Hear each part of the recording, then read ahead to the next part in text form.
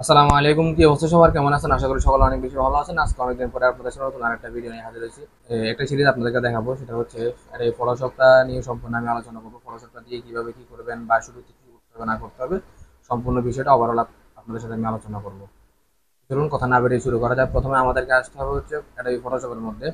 Photoshop আপনারা update যেগুলো আছে সেগুলো আপনারা ইনস্টল করে নিতে পারেন। তো ইনস্টলের ভিডিওটা আমার অ্যাকাউন্টের মধ্যে নেই, তার কারণে হচ্ছে এখন একটা সমস্যা দিচ্ছে, সেটা হচ্ছে সফটওয়্যারগুলো ইনস্টল করে কোনো ভিডিও যদি আমাদের চ্যানেলের মধ্যে দিই তাহলে আমার চ্যানেলের মধ্যে সমস্যা হতে পারে। এই জন্য আমরা ভিডিওগুলো দিচ্ছি না। তো আপনারা অন্যান্য আরও যারা আছে তাদের ভিডিও দেখতে পারেন, তাদের টিউটোরিয়াল দেখে আপনারা ফটোশপটা ইনস্টল করে নেবেন।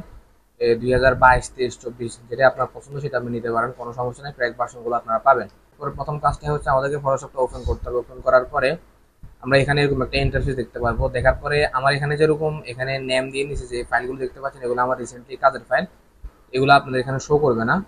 তো তখন আপনাদের এখানে এটা সম্পূর্ণ ব্ল্যাঙ্ক থাকবে। আর এটা হচ্ছে মেনু বার, আমাদের উপরে যে অংশটা সেটা হচ্ছে মেনু বার। আর এখান থেকে হচ্ছে আমরা বিভিন্ন অপশনের মধ্যে যেতে পারবো। আমাদেরকে নতুন একটা ডকুমেন্ট নিয়ে কাজ করতে হবে। প্রথমে আপনি যদি নতুন একটা ডকুমেন্ট নিতে চান তাহলে আপনাকে আসতে হবে হচ্ছে ফাইলের মধ্যে।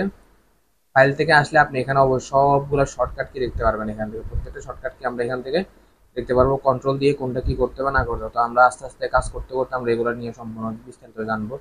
প্রথমে আমাদের কাজ হচ্ছে একটা নিউ ডকুমেন্ট নেওয়া, যে ডকুমেন্টের মধ্যে আমরা ডিজাইন করতে পারবো বা অথবা আমাদের অন্যান্য যে কাজগুলো করতে পারবো। তো আমি নিউতে ক্লিক করব। করার পর এখানে নিউ ডকুমেন্ট আসছে, অথবা আপনি যদি কন্ট্রোল এন প্রেস করেন, কন্ট্রোল এন কিবোর্ড থেকে, তখন আপনার কাছে সেম এই অপশনটা আসবে। তো এটার জন্য তিনটা অপশন দিচ্ছে তারা। এখানে কন্ট্রোল এন দিলেও আসবে, এখান থেকে নিউ ডকুমেন্ট দিলেও এটা চলে আসবে। এরপর হচ্ছে আপনাকে এখানে একটা প্রজেক্টের নাম দিতে হবে। প্রজেক্টের নাম আপনার যেটা থাকতে পারে, যেমন আমরা প্রথমে বিজনেস কার্ড আমি লিখলাম, লিখার পর হচ্ছে এখানে বলতেছে হাইট এবং উইথ দেওয়ার জন্য। সাপোজ আমরা বিজনেস কার্ডটা সাইজ নিব হচ্ছে ইঞ্চিতে, সবসময় ইঞ্চিতে নিতে হয়। আমি এখান থেকে প্রথমটা দিচ্ছি হচ্ছে 3.75, অ্যান্ড উইথটা হচ্ছে 2.25। এটা হচ্ছে আমাদের ভিজিটিং কার্ডের অরিজিনাল সাইজ, ঠিক আছে। অ্যান্ড এটা হচ্ছে আমাদের রেজুলেশনটা। ভিজিটিং কার্ড যেহেতু অনেক ছোট সাইজের, 2 ইঞ্চি বা 3 ইঞ্চি এরকম, বা এই আড়াই তিন, সাড়ে তিনের মতো এরকম ইঞ্চির মধ্যে পড়ে, তাহলে আমাদেরকে এখান থেকে রেজুলেশন দিতে হবে 300 ppi, এটা দিতে হবে। এরপরে এখানে যেটা থাকবে সেটা থাকবে কালার মোড। কালার মোড সবসময় হচ্ছে দুইটা থাকে, CMYK এবং 8GB। এটা আমাদের এই দুইটা হচ্ছে আমাদের মেন কালার। বাকি এখানে lab colour, grey scale, bit map যেগুলো আছে এগুলো আমাদের তেমন একটা কোনো প্রয়োজন নেই। জাস্ট আমরা এখান থেকে 8GB কালারটা, বেসিক যদি বলতে যাই 8GB এবং CMYK এর মধ্যে কি তফাৎ, 8GBটা হচ্ছে আপনার ওয়েবসাইটের জন্য। আপনি যদি কোনো ডিজাইন ওয়েবসাইটে বা বিভিন্ন অনলাইন ভিত্তিক থাকবে, বা সেটা আপনার ডিভাইসের মধ্যে থাকবে, মোবাইল থেকে মোবাইলে, কম্পিউটার থেকে কম্পিউটার, ল্যাপটপ থেকে ল্যাপটপ, বা আপনি ওয়েবসাইটের মধ্যে আপলোড করতেছেন, তাহলে সেক্ষেত্রে কিন্তু আপনি অবশ্যই 8GBটা চুজ করবেন। তাহলে 8GB কালারটা একটু মানে চকচকা হয়, বা ধরেন আই ক্যাচিং টাইপের কালারটা হয়। আর CMYKটা একটু ফ্যাকাশে টাইপের হয়, বাট ওটা হচ্ছে প্রিন্টের জন্য। আপনি যে কোনো একটা ডিজাইন প্রিন্ট করবেন তাহলে তখন আপনি অবশ্যই কিন্তু CMYK কালার যেটা আছে সেটা সিলেক্ট করবেন। তো যেহেতু আমাদের ভিজিটিং কার্ডটা প্রিন্টের জন্য, তখন আমরা অবশ্যই CMYKটা সিলেকশন করবো। অ্যান্ড এখান থেকে আমাদের আর কোনো কিছু করার প্রয়োজন নাই, জাস্ট আমি এখান থেকে ক্রিয়েটের মধ্যে ক্লিক করতে পারি। এর আগে আমি এখানে আরও কিছু মেনু বার দেখা যাচ্ছে, সেগুলো এখানে হচ্ছে সেভ। আপনি যদি কোনো ডকুমেন্ট সেভ করে রাখেন তাহলে সেটা আপনি এখানে পাবেন। এরপর হচ্ছে এখানে বলতেছে ফটো, ফটোর বিভিন্ন সাইজ দেওয়া আছে। এরপরে প্রিন্টের জন্য যেমন A4 সাইজ, এরপর হচ্ছে পোর্টেবল A4, B4, এগুলো বেশ কিছু সাইজ দেওয়া আছে। তো যারা এগুলো নিয়ে কাজ করবেন তারা এখান থেকে সাইজগুলো অটোমেটিক পেয়ে যাবেন। এরপর এখান থেকে বলতেছে কিছু আর্টবোর্ড দেওয়া আছে, পিক্সেল, গ্রে স্কেল দেওয়া। তো এগুলা বিভিন্ন সাইজে দেওয়া আছে। তো যেটা যখন আপনার প্রয়োজন হবে তখন আপনি সেটা এখান থেকে নিয়ে ইউজ করতে পারেন। তো আমরা রিসেন্টলি যেটা এখানে প্রোভাইড করছিলাম সেটা আমরা এখান থেকে, সাপোজ এখান থেকে আমি ইঞ্চিতে আসলাম, আবার সাইজটা আমি দিতে হচ্ছে আমাকে।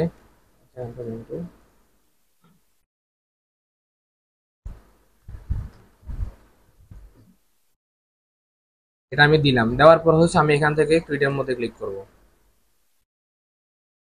ক্রিয়েটের মধ্যে ক্লিক করার পর আমার কাছে এরকম একটা আর্টবোর্ড আসছে। এইটা আমরা যেটার মধ্যে কাজ করবো সেটা হচ্ছে আমাদের আর্টবোর্ড, ঠিক আছে। আমার চ্যানেলের মধ্যে কিন্তু অলরেডি অ্যাডোবি ইলাস্ট্রেটর নিয়ে সম্পূর্ণ একটা ভিডিও আছে, অ্যাডোবি ইলাস্ট্রেটর 2024 যেটা আছে সেটা নিয়ে। তো আপনারা অবশ্যই সেই ভিডিওগুলো দেখতে পারেন শেখার জন্য। এরপর হচ্ছে এটা হচ্ছে আমাদের আর্টবোর্ড। এই আর্টবোর্ডের মধ্যে আপনি ডিজাইন করবেন। আর্টবোর্ডের বাইরে আপনি কোনো অবজেক্ট রাখতে পারবেন না, সেটা রাখলেও আপনার আর্টবোর্ডের মধ্যে এখানে ব্ল্যাক অপশনের মধ্যে এগুলো এখানে শো করবে না। ইলাস্ট্রেটরের মধ্যে কিন্তু আমাদের এখানে অবজেক্টের বাইরেও ডিজাইনগুলো, মানে আর্টবোর্ডের বাইরে বিভিন্ন অবজেক্টগুলো এখানে শো করতে পারে, এখানে কিন্তু এটা শো করবে না। হ্যাঁ, এরপর এটা হচ্ছে আমাদের আর্টবোর্ড বেসিক। এরপর হচ্ছে এগুলো আমাদের মেনু বার। এরপর এগুলো হচ্ছে আমাদের টুলস বার। আবার টুলস বারের আন্ডারে যে মেনু বার গুলো থাকে, প্রত্যেকটা টুলসের আন্ডারে যে মেনুটা থাকে আমি যখন টুলসের মধ্যে ক্লিক করতেছি তখন অটোমেটিক দেখতেছেন যে আমার এখান থেকে মেনুগুলো চেঞ্জ হচ্ছে। এটা হচ্ছে টুলস বারে আন্ডার যে মেনু বার আছে সেটা। অ্যান্ড এরপর হচ্ছে এই সেকশনটা হচ্ছে আমাদের জন্য লেয়ার সেকশন।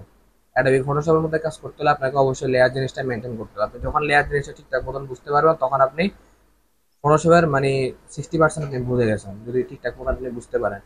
এরপর হচ্ছে আমাদেরকে চ্যানেল, এখানে CMYK, তারপর হচ্ছে সাইন ম্যাজেন্ডা ইয়েলো ব্ল্যাক, যে চারটা কালার নিয়ে আমরা কাজ করি, এই সেই চারটা কালারের কথা এখানে বলতেছে, তো এগুলো আমি বিস্তারিত নেক্সট আলোচনা করব। এরপর এখানে পাথের কথা বলতেছে, এগুলো আমাদের প্রয়োজন নাই, যখন প্রয়োজন হবে তখন আমরা এগুলো নিয়ে দেখতে পারবো। এরপর হচ্ছে এখানে হচ্ছে প্রপার্টিসটা আপনাকে নিয়ে আসতে হবে। এরপর বাকি যে অপশনগুলো আছে সেগুলো আমরা এখান থেকে নিয়ে আসবো। আচ্ছা, এখান থেকে উইন্ডোতে গেলে আমরা যেমন লেয়ার, এরপর হচ্ছে প্রপার্টিস, হ্যাঁ, আরো যে অন্যান্য অপশনগুলো আছে সেগুলো আমরা এখান থেকে যেগুলো এখানে আমরা অ্যাড করতে যাচ্ছি, যেটা আমাদের প্রয়োজন সেটা আমরা অবশ্যই এখান থেকে আমরা অ্যাড করতে পারবো। এখন আমাদের এখান থেকে নিউতে আসার পর হচ্ছে আমরা একটা আর্টবোর্ড পেলাম। এরপরে কন্ট্রোল ও ওপেনের মধ্যে ক্লিক করলে আপনার যদি কোনো ফাইল রেডি করা থাকে অথবা কোনো ইমেজ আপনার রেডি করা থাকে কাঙ্ক্ষিত আপনার কম্পিউটার লোকেশনের মতো, তাহলে আপনি সেখান থেকে ওটাকে নিয়ে আসতে পারবেন। তখন আপনি যে কোনো একটা ডিজাইনের মধ্যে জাস্ট ক্লিক করবেন, ক্লিক করার পরে আপনি এটাকে এখান থেকে ওপেন দিবেন, দেওয়ার পরে সেটা নতুন আরেকটা আর্টবোর্ডের মধ্যে এটা ওপেন হয়ে গেছে। বাট আমার আগের যে আর্টবোর্ড নিয়েছি সেটা কিন্তু এখানে আছে অলরেডি, এখানে একটা আছে, এখানে মানে এগুলো ট্যাব আকারে কাজ করে। আমরা গুগল ক্রোমের মধ্যে যেরকম 2টা 3টা 4টা 5টা ট্যাব ইউজ করতে পারি, মাল্টিপল ট্যাব ইউজ করতে পারি, সেম টু সেম ভাবে আমরা কিন্তু এখানে মাল্টিপল ট্যাব ইউজ করতে পারবো। এই হচ্ছে আমি এখানে একটা ডিজাইন ওপেন করলাম, অথবা আপনি চাইলে ড্র্যাগ এন্ড ড্রপ করে কোনো একটা ফোল্ডার নিয়ে জাস্ট আপনি ওটাকে এখান থেকে ড্র্যাগ করে ওপেন করতে পারবেন। এই হচ্ছে টোটাল ওভারঅল বেসিক যেটা আছে সেটা। কন্ট্রোল দিয়ে কি করতে হয়, অল্টার দিয়ে কি করতে হয়, বা বিভিন্ন যে শর্টকাটগুলো আছে সেগুলো নিয়ে আমি নেক্সট একটা ভিডিওতে আলোচনা করবো। মানে ফটোশপটা যদি আপনারা শিখে রাখেন তাহলে আপনাদের বিভিন্ন কাজে লাগবে। ইলাস্ট্রেটর থেকে ফটোশপটা অনেক বেশি কাজে লাগে আমাদের দৈনন্দিন জীবনে। আমরা যখন অনলাইন ভিত্তিক যখন কাজগুলো করতেছি তখন আমাদের বিভিন্ন এডিটের জন্য ফটোশপটা কাজে লাগে। তো আপনারা অবশ্যই ফটোশপের যে সম্পূর্ণ সিরিজটা সেটা আপনারা অবশ্যই দেখবেন। আর এই ফটোশপের সম্পূর্ণ সিরিজটা আমি আপনাদের জন্য স্টেপ বাই স্টেপ আপলোড করবো। তো সবাই ভালো থাকবো, সুস্থ থাকবো, ধন্যবাদ, আসসালামু আলাইকুম।